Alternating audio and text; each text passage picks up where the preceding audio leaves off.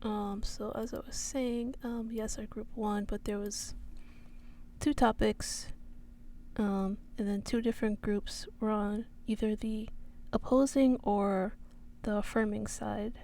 We were on the opposing side, and our group won the topic that we were selected for. And then the other two groups went, and then one of the other groups won, and there was a third one where the two winners from the first two topics would compete against each other. Well, not compete, but debate against each other. And our group was, of course, one of the winners, so we had to do that. And we lost, but according to the professor, it was pretty close.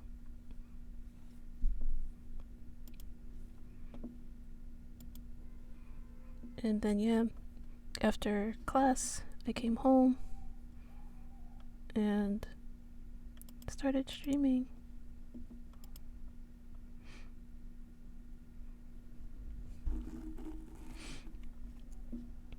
I actually did better than I thought I would. I mean, technically I did choke a little bit when I had to give my closing statement, but I think I did pretty well today.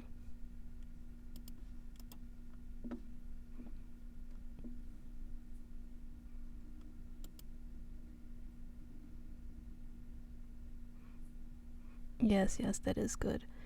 Oh man, I'm so upset. I did not mean to end stream like that. Oh no. I'm like mourning right now.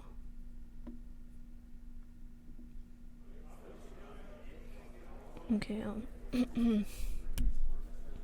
I found myself surrounded by a crowd of people. People were clambering around a stage, talking loudly amongst one another. It seemed like they were just as confused as I was. I tuned out their voices for a moment and rubbed my temples to collect my thoughts. What was I doing before arriving? How did I even get here? I can't recall at all. Any memory I could have had as to when and how I got here are non-existent. What? What the hell? Why can't I remember anything? But before I could ruminate on that revelation, two figures took the stage that made the whole audience in attendance go silent. Oh, I kind of have a question. Is the amount for channel point redeems, is that too high for everybody? Should it make them like 50? Well, like for like the other stuff that's like 100, should I make them 50?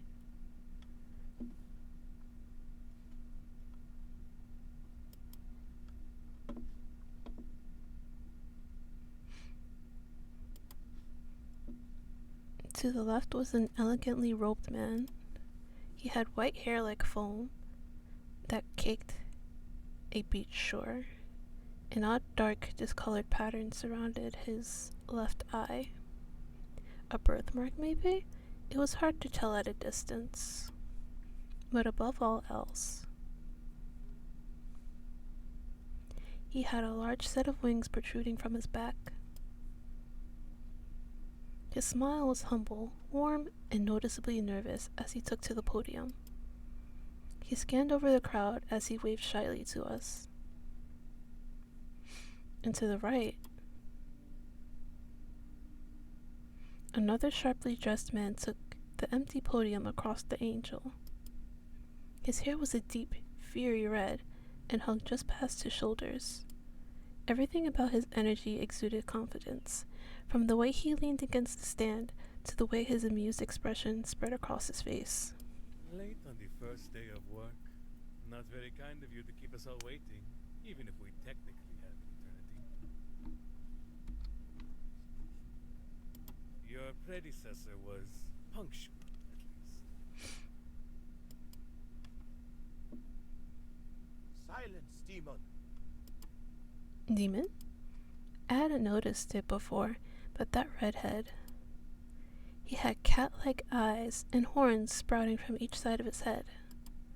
The demon's long black tail swished as if amused before pointing to the other's microphone stand.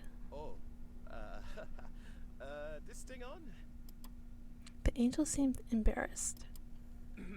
Anyway, aloha Aina, everyone.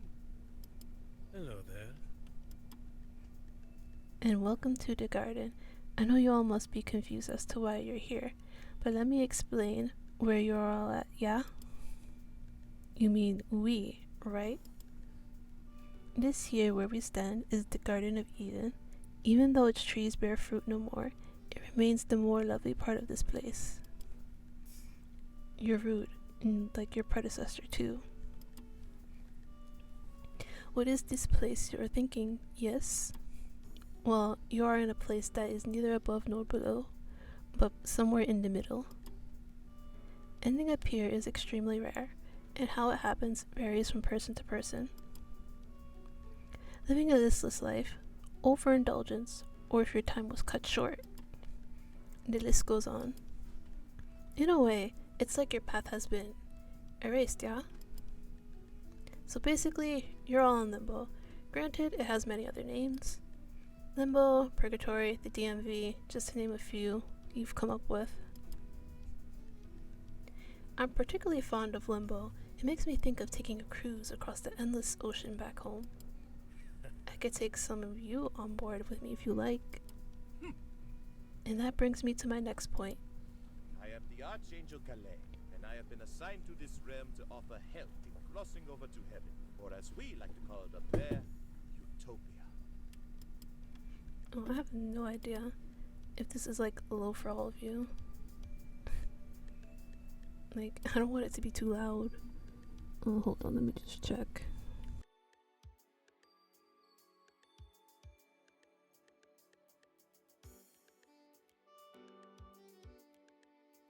Alright, sounds good to me. I hope. Oh. To get to this promised land, your resolve must be tested in one of the towns circling Utopia's gates called Haven Homes. It is there that mortals must perform genuine acts of virtue to prove that they have earned entry to Utopia. You will be staying in Haven Home, outside the realm of Utopia if and when you are ready to ascend. Please be aware that while patience is a virtue, there is a time limit of 1 Earth year to prove yourself worthy of citizenship within Utopia's walls. Similar circumstances follow if you want to get into hell. Though we aren't as elitist as Utopia, who require you to take an arbitrary morality test. It's nothing much, just denounce Utopia and pledge your unwavering loyalty to hell. We'll even overlook your first 3 misdemeanors to sweeten the deal. But any sins after that, and you'll have to undergo some torture to atone. If you get caught, that is, which given our enforcers, you most likely will. However, if you're not stupid about it, we might just give you a promotion, haha. Oh, don't look scared. It's not any different than what you've turned the Earth into. The main difference is that in hell, we actually punish vile and disgusting sex predators.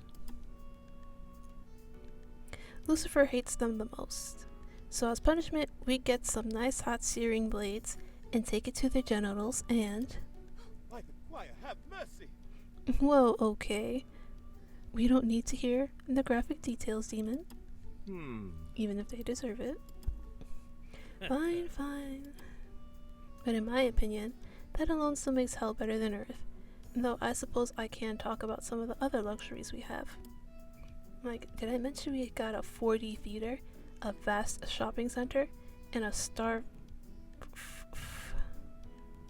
I don't want to say it because I feel like I'm saying it wrong. A Starfucks at every corner to help you get through the literal endless nights. Oh, And the name's Ramon, by the way. The pleasure is all mine should you want me to drag you to hell.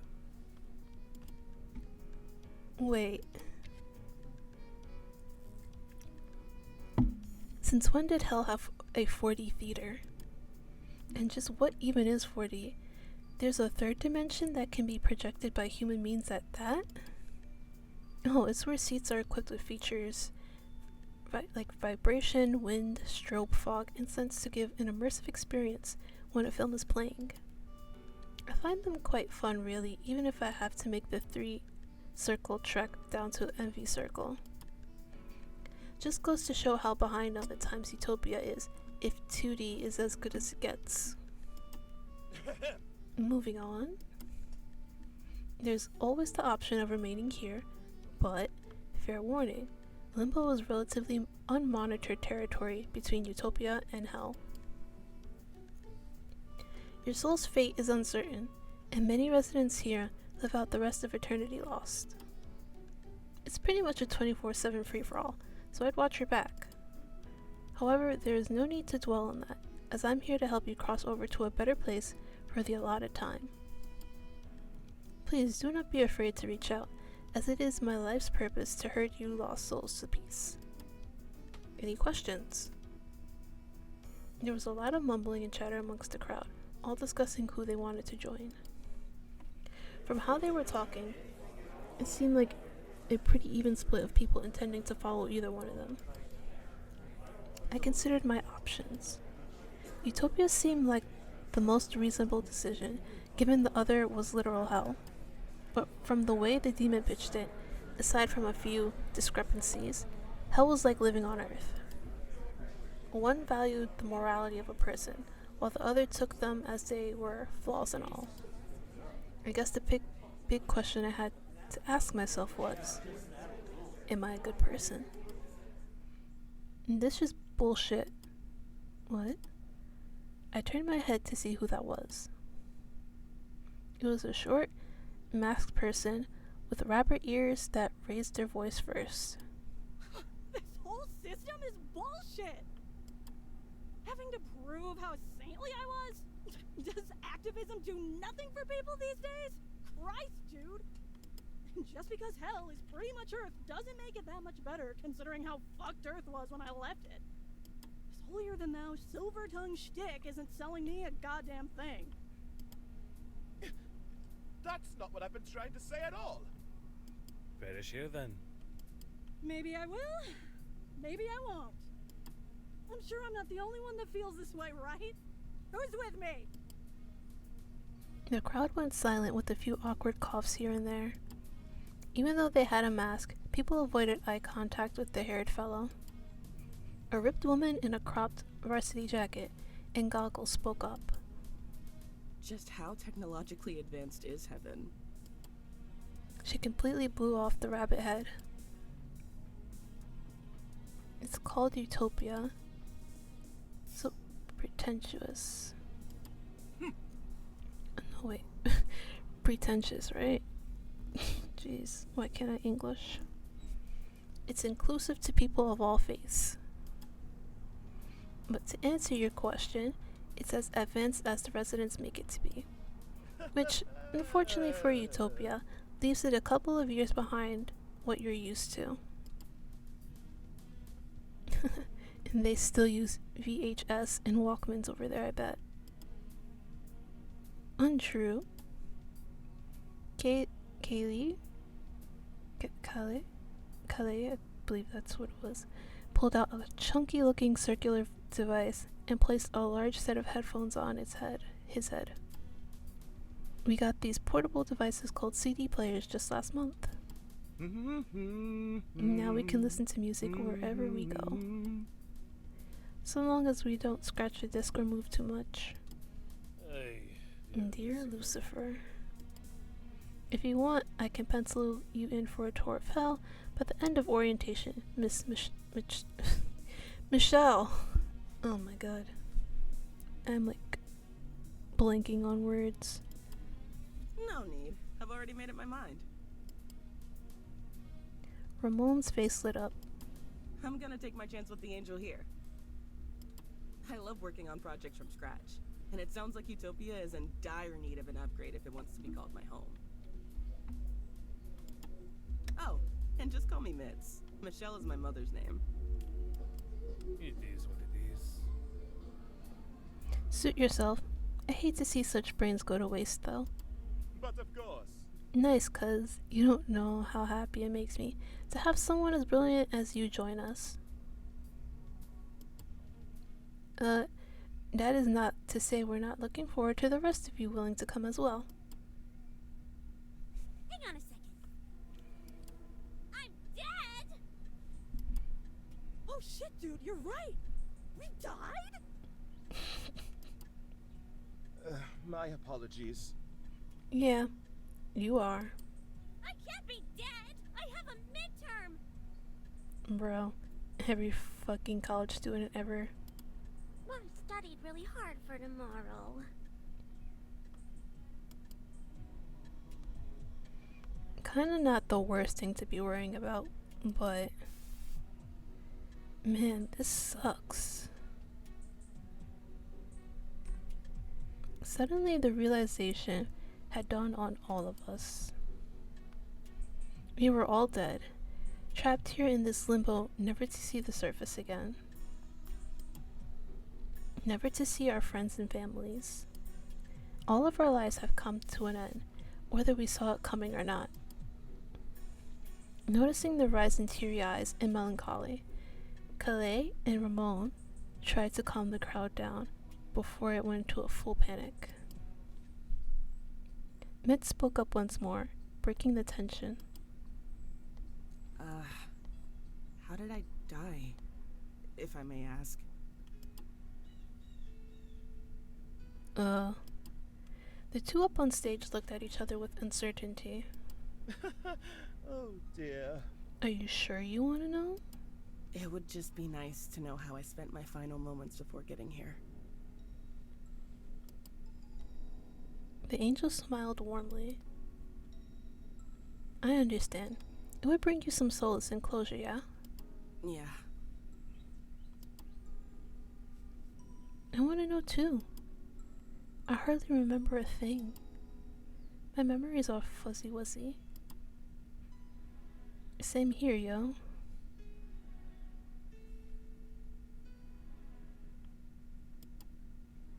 Alright then. He motioned over to the jacked woman. Michelle Moore, your time of death was October 25th, 2018 at 8:07 p.m. from blood loss.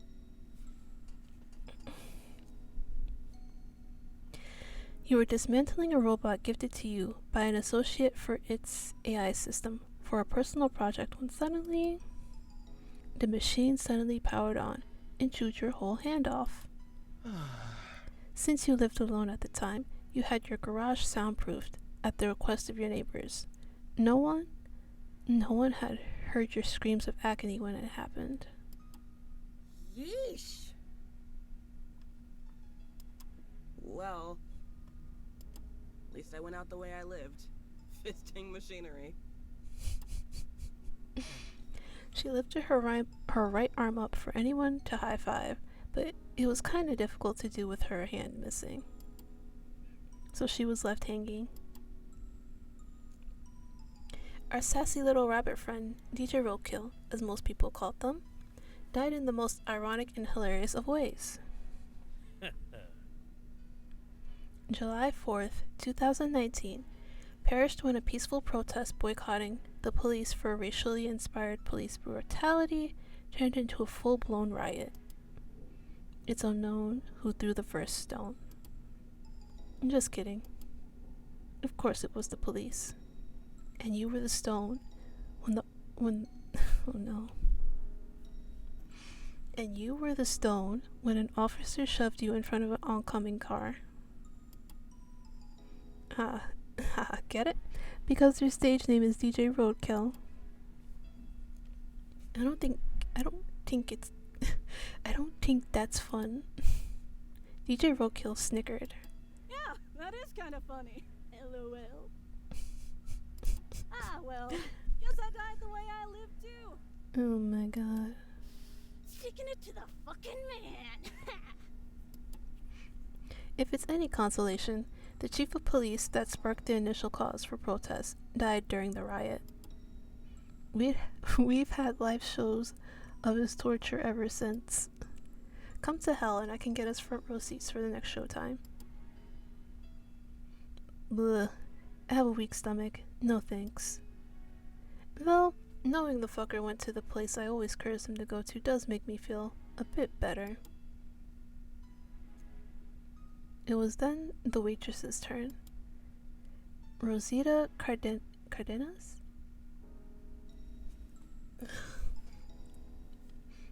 Time of death, February 15th, 2019. In the heat of the lunch rush at 12:38 p.m. Your cause of death was... Oh. By the choir, have mercy! Accidentally worsening a gas leak because of sleep deprivation that resulted in a fatal kitchen explosion? That explains why you're covered in soot. Please, forgive me. Official cause of death: smoke inhalation. How reckless. We can't divulge whether or not there were other casualties besides yourself, but a fire that big...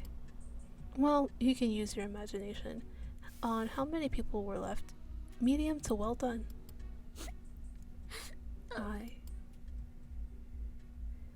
Calais gave Ramon a stern look, seeing as the demon's morbid humor wasn't welcome with Rosita. One at a time, they shared the causes of death to those that asked for it. From freak accidents to diseases to murder. One of the main consistent themes was many of us were young adults. What about me? I finally managed to get a word in near the end. Oh, you? Let's see here. Calais closed his eyes, calmly searching through his mind for my answer.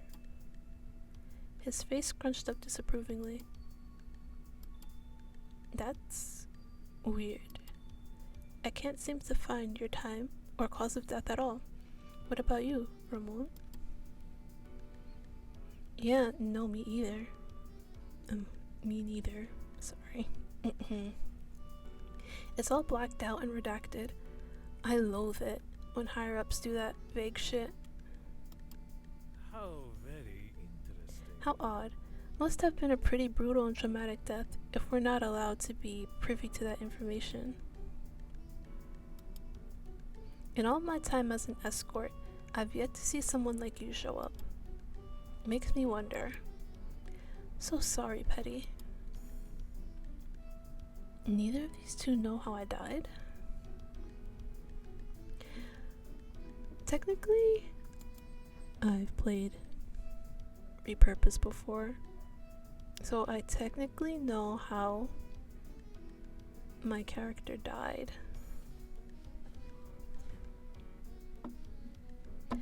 And honestly, I was very shocked. I won't say it because, I don't want to spoil it. In case if anybody ever decides they want to play Repurpose themselves. That's alright. If it's possibly as traumatic as the demon says, maybe it's better if I don't know. And even if I did know, there's no changing what's done, right? So, I just gotta accept it. Calais looks surprised by my optimism. Yeah, that's a good way to look at it. Mad respect, bruh. Way to keep a positive attitude. I don't know. This is a lot to take in all at once. I just died, and after all, now I'm in Eden within some place called Limbo? I should take it slow and weigh my options before settling on anything. Well, if there aren't any more questions. Suddenly a horde of people began to close tighter around the stage, people's concerns rising above one another as they tried to get the speaker's attention. Oh dear. Hey, one at a time please. Ramon, could you... Just as Calais was going to finish his sentence, a muffled song started to chime from Ramon's pocket, and he pulled out his phone. His eyes went wide, and he began to walk off stage. Hasta luego. Cover for me, would ya? Lay, I gotta take this phone call, and real quick. Okay, thanks, bye. Without so much as letting Calais get a word in, he was gone. The angel sighed, clearly annoyed by this development. Oh, Lord, give me strength. He took a deep breath to calm his nerves and addressed the crowd before him.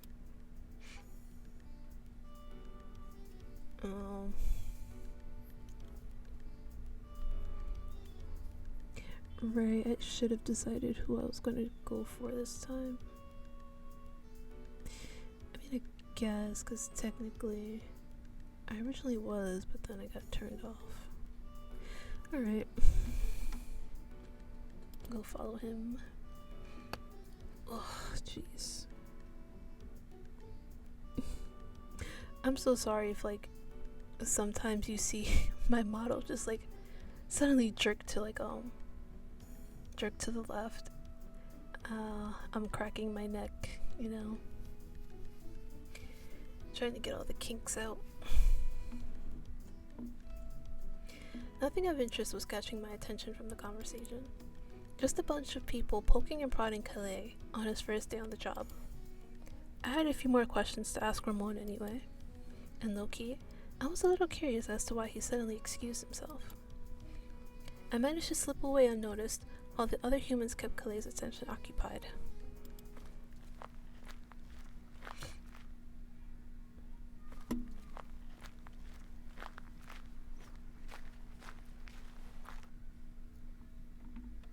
I never noticed it before, but for the supposedly lush Garden of Eden, there was barely any fruit or vegetation in sight. However, despite that, all the moody atmosphere of Limbo, it was still pretty beautiful. Flowers were abundant and lined in the paths of the garden, so much so that I had to catch myself from sneezing. Finally, I was able to catch up with Ramon, who looked visibly distressed as he paced around while on the phone. That's just the way she is, mijo. You don't mean that. I know your mother can be pretty abrasive. That means mean. But she and I still love you very much. Can we talk about this once I'm back? I love you. Will you say it back for me? Oh. Alright. See you then. Oof. Didn't get that I love you back. Just as he hung up the phone, the sneeze I had been holding in for so long had finally escaped. Very loudly at that. What you? I've never heard anybody sneeze like what you. Startled by the noise, Ramon turned around and noticed I was right behind him.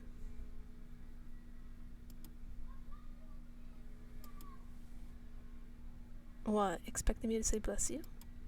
More importantly, how long were you eavesdropping? I didn't hear anything. Good.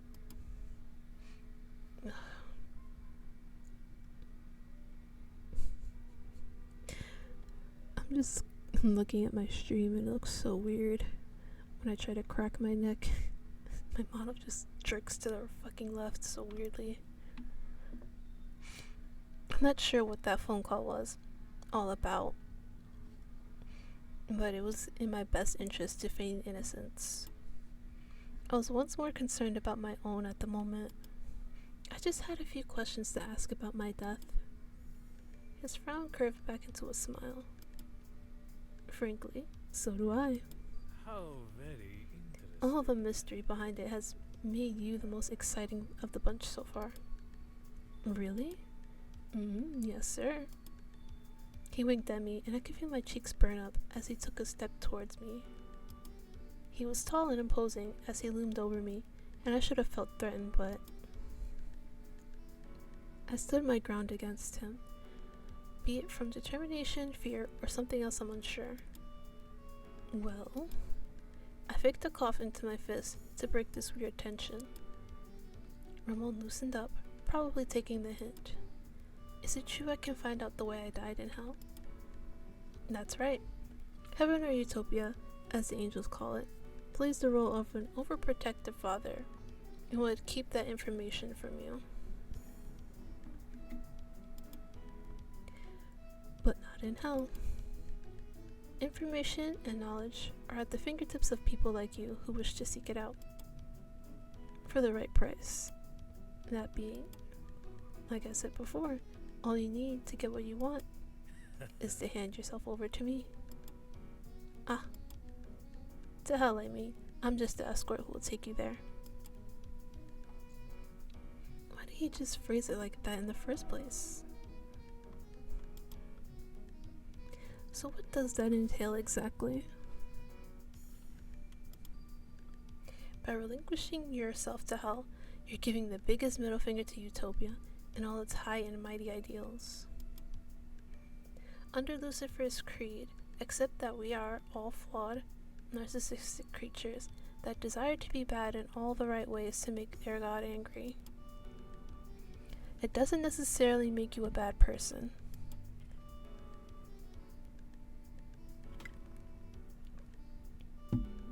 Just the ones that like to party. So what do you say, Petty? I need to think about it. Take your time. Though, word to the wise, hell can be pretty difficult to navigate without a friend. And it could take years, maybe decades to get your death report. Even longer if you waste time failing to get into Utopia. It's hell after all. It'd be a disservice if we didn't make you suffer just a little bit. I see. That was kind of a bummer. Not knowing the exact how and why I ended up here has made the experience all the more devastating for me. How would I cope in the meantime if it didn't take years to finally get my death report? But consider it a signing bonus if you choose to come with me within the next few days. I'll be waiting in the hotel lobby to ferry the first batch of humans looking to leave. Hotel? You can't miss it. It's the only building in town that doesn't look like it's gone to complete shit yet. I have to admit, the demon's offer was tempting.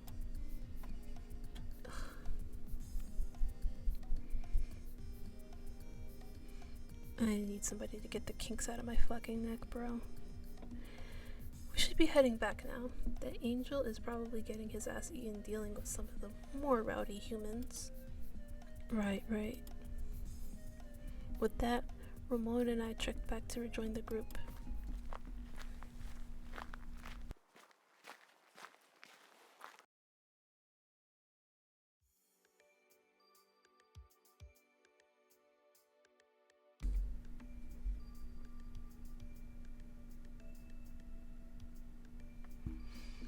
Seems like things had died down by the time we got back. Calais looked almost happy to see Ramon return. But as soon as his gaze panned over to me... Is that why you left? What a snake you are. And in this very garden, no less.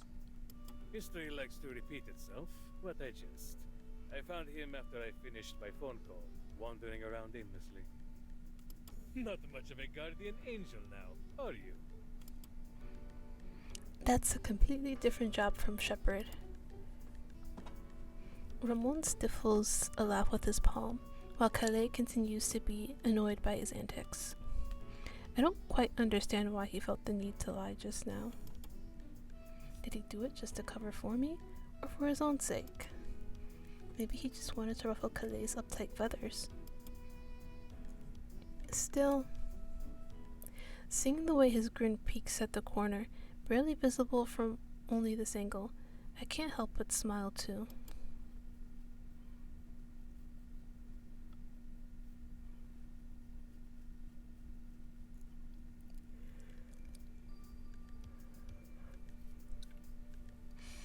After a few more questions from the crowd and teasing from Ramon, Calais started to wrap up things. Well, no thanks to you, I was able to finish up orientation for today. Any humans that are interested in Utopia can make a line starting here so I can register you. A swarm of people crowded around Calais, practically drowning him. By the choir, have mercy! Whoa, a single file line if you can, please. Also, if I don't get to you today, I'm returning tomorrow. And all the people that want to party in hell, just head towards the one non-shitty looking hotel building in the city and ride the elevator down. And just like that featherbrain, I'll be around tomorrow for those last minute stragglers as well. See you soon! Surprisingly, there were some people who walked out of the garden along with Ramon. There were also a few uncertain folks lingering where they stood as well. Namely... Oh god. Excuse me. Those three from earlier. Ah, jeez. This is all so much to take in. I don't know what to do. Well, I, for one, am going to Limbo. Huh? I thought you said you were going to follow the angel. Oh, for sure. I just want to see if I can scavenge some stuff while I'm down here. Plus, I'm just curious to see what it looks like. Learn as much as I can about this place and how it works before moving on.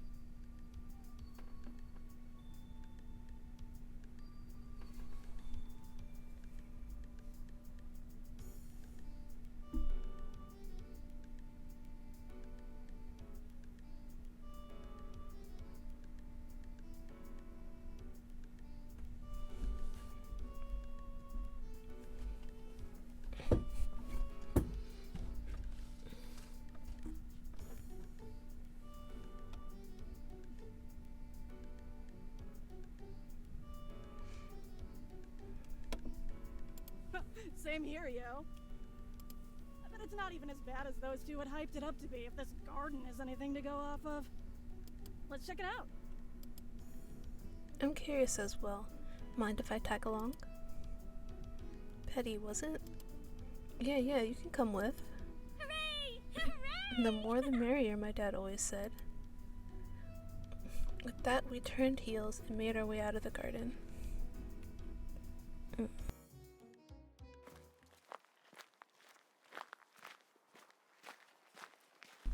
The four of us navigated through the garden for the exit. It was a bit tricky, almost maze-like, but Mitch suggested following the murmurs of the Hell group to find the exit. Once we were out of it, we were instantly met with a sight none of us were expecting.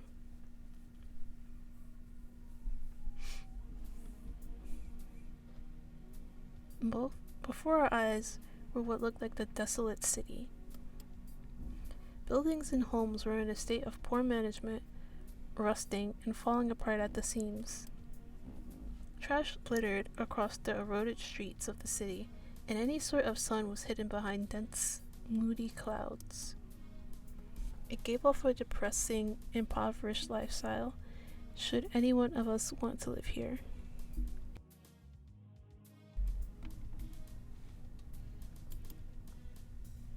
Seems like they weren't lying, huh?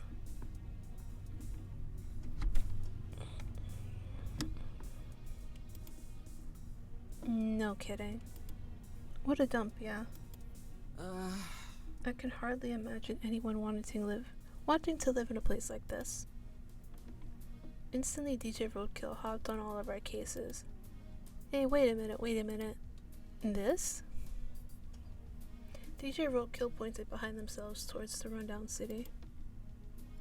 I literally used to live in a place not too different from this. Sure, it looks like a couple of riots came through it, but I hardly call this place an inhabitable dump. Can't judge a book by its cover or some shit like that. I guess you have a point. With a little renovation, it'd be half as nice as where I used to live.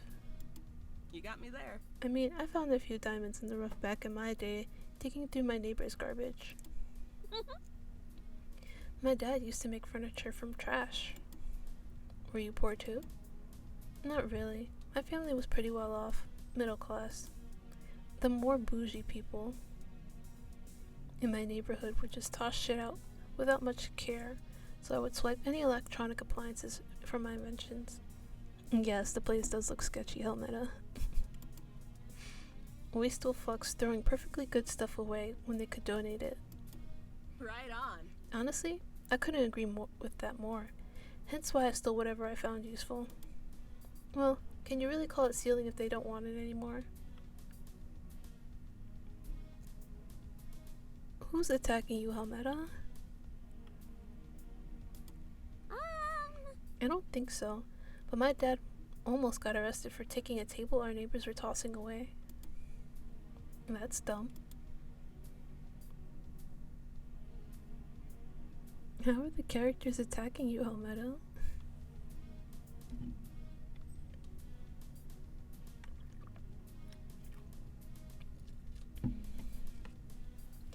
It was pretty dark that night, and the table was really heavy that my dad knocked over all the trash bins.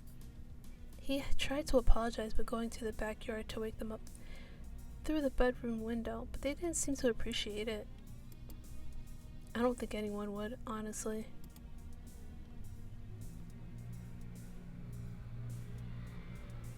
Well, Hamada, you probably don't want to be that person then. Don't throw away shit you don't want anymore. The fascinating tale of accidental trespassing aside, I noticed something. Hey, where did Mitz go? Rosita, DJ Rokel, and I looked around and saw that Mitz had walked off into the city, waving a backhanded goodbye with her good hand. Aww, and here I thought we'd be sticking together. I guess it's just us three. Rosita turned her head, and DJ Rokel had disappeared now too. They had scampered off to follow Mitz. They hollered at us. Let's split up and regroup later. Cover more ground and whatever. Without giving either of us a word in, Mitz and DJ Roadkill's figures vanished into the streets. Rude. Aww. It's just you and me then, Petty. Promise you won't leave me either. I have a much better chance of survival tagging along with someone. We're in a completely unfamiliar and different realm of existence after all. A partner at my side didn't sound so bad. Yeah, sure, why not? We can stick together for a while. Yay! Yay, let's go then. Rosita and I made our way through the city. For a fairly large town, it was pretty empty of citizens. And the people we did come across didn't even seem to want anything to do with us. Occasionally we saw some things lurking around the corners and inside buildings. But we kept our distance and went unnoticed. Still, Rosita clung to my arm, like at a moment's notice one of us would fall or lose sight of the other. Not to mention she would practically lift me up when we ran from even the mildest of noises. Despite her demeanor, Rosita was pretty fit from the way she hauled me around the distances. I asked her to pull over for a moment so we could take a breather. I was exhausted from all the exploring, so we looked to take shelter inside one of the abandoned stores. She took an overview of our surroundings and then audibly gasped, gripping my wrist once more as she led me into a small building.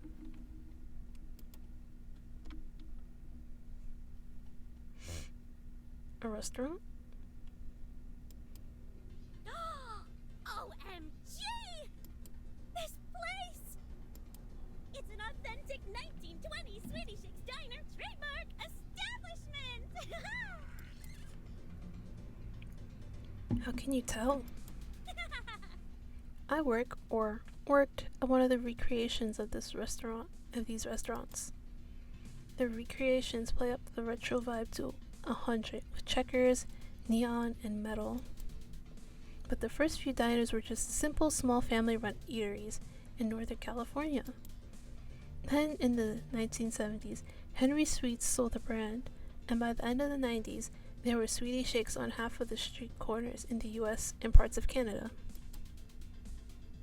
It was all in the instructional 2-hour-long documentary feature employees were required to take a test on for the job. I know some jobs have weird requirements to meet before applying, but that's just ridiculous. Beats needing past experience for an entry-level job at other places. True. And they gave me free popcorn to munch on during the movie. It was a little stale though. But I'm not gonna say no to free food. Fair enough, I guess. I took a seat on one of the booths. It wasn't particularly comfortable, and something was preventing me from resting my back against the cushions. Digging around the ripped open leather, I found a set of keys hidden within it. These must be keys to the diner or something. Little good it would do now, since after already looking around, doors were either missing or withered enough that a good shove could bypass any lock. Still, I decided to just pocket the keys for now.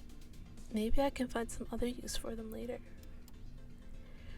Rosita skipped through the employees' only kitchen door, and I could hear the rustle of metal and boxes being moved from here. I decided to rest my eyes for a bit, dreariness starting to take over as my palms cradled my head over the table. What time was it even? Is time even relevant in Limbo? I doubted it. There wasn't anything resembling a sun in the sky, despite there being light. Just clouds for miles on end. Limbo was meant to be a temporary holding place before humans like Rosita and I ascended or descended with one of the immortals. As rare as it was for someone like me or Rosita to end up here, it'd have to be a modestly big to even hold 0.00001% of the deaths that happen a year. Before I could further bore myself with the math, Rosita had come back, a tray in hand and a big cheery smile. Ding ding ding! Order up! One late night crunch special! She set the plate in front of me and slid in the seat across from me with an empty glass and straw. I looked down at my food and... Oh. Rosita? Yeah. What is this? It's a sausage and hash brown skillet, silly! It got the nickname Late Night Crunch because it's super popular with the college students. Legend on my campus has it that a student ate this every day before their exams, and they would get flawless marks. It's like a good luck ritual. Oh, I think my manager just made that up to get more customers from my college. Probably. Doesn't mean it wasn't delicious. And again. Rosita then began to sip from her clearly empty glass and hummed whimsically. Let me see. Politely decline. You can't seriously expect me to eat this, right? I mean, just look at it. I stabbed my fork into the hard, rotten excuse for a meal. The sake juices dripped out onto the plate, and I made a comical, disgusted face that made Rosita giggle. I slapped it back on the plate and pushed it to the side. I wasn't actually serious. I just thought, we could pretend we're eating real food. Roleplay? Roleplay, yeah. Cute, but can't we just relax in silence for a while before heading out again? Aww. I guess that doesn't sound too bad either. Rosita took my plate and tossed it in the trash before sitting back to rest our weary ankles. She was a little disappointed, I could tell. The woman isn't exactly hard to read, but I really just wanted to take a moment in the calm, especially after running around Limbo for hours.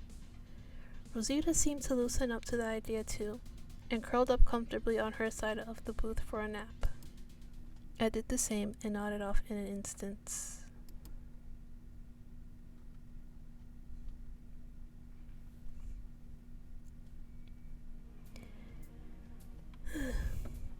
Okay, I think I will stop here. Ooh, look at me exposing myself. So yeah, I think I will stop here for today.